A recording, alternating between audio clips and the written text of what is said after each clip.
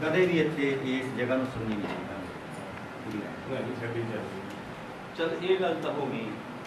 बाकी जिहड़ी ये घटना वापरी है बेअदबी करने वाली ते ओहदा दोषी कौन? बेअदबी दे दोषी असीं हाँ, बिल्कुल दोषी हाँ। सारा नगर तो दोषी है ही, मैं तो सब तो पहला दोषी है। नहीं गल इत्थे नहीं। हाँ जी,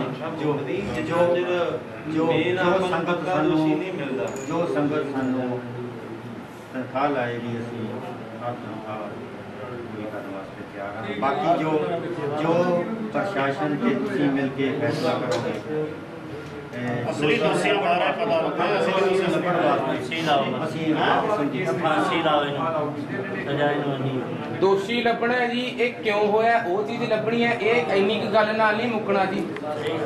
जो दोष होया है, जिन्हें कीता है, क्यों कीता है, किने करवाया है, ये सारा सामने आऊ, फिर तनख्वाह लगूगी ते पता लग सके। जे पंथ नाल जे गुरु महाराज नाल बेदबी करोगे तो एवें होऊगा। ये इस नाल नहीं होना भी असीं सारे दोषी हाँ, सारा नगर दोषी है। इहदे नाल गल नहीं मुकनी जी, नहीं मुकदी। तुसीं किताब ना समझो इनू, इथों डरो।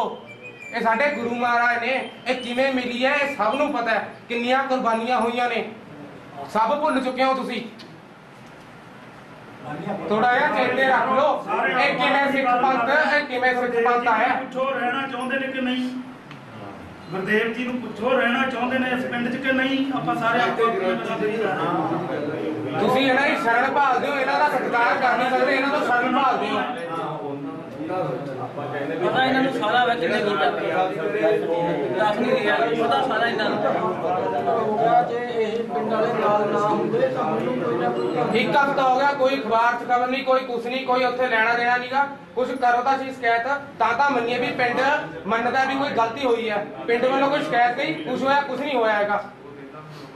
अकाल तक ते शिकायत करो सी, इन्ना कुछ हो गया, उरे कोई जिम्मेवारी लगे, कुछ नहीं होया। फिर तुसीं कहंदे पिंड मनदा भी गलती हुई है। पिंड किथों मनदा गलती हुई है? पिंड दा गलती लुको रहे हैं, पिंड दा गलती लुको रहे हैं। कल कुछ सिंघां ने जदों उद्यम कीता तां उन्हां नूं चक के तुसीं जेल चों करवाता। जिन्हां ने उद्यम कीता उन्हां ते रिपोर्ट करा के भी हाँ अपना जुर्म उन्हां दे सिर ते भरना।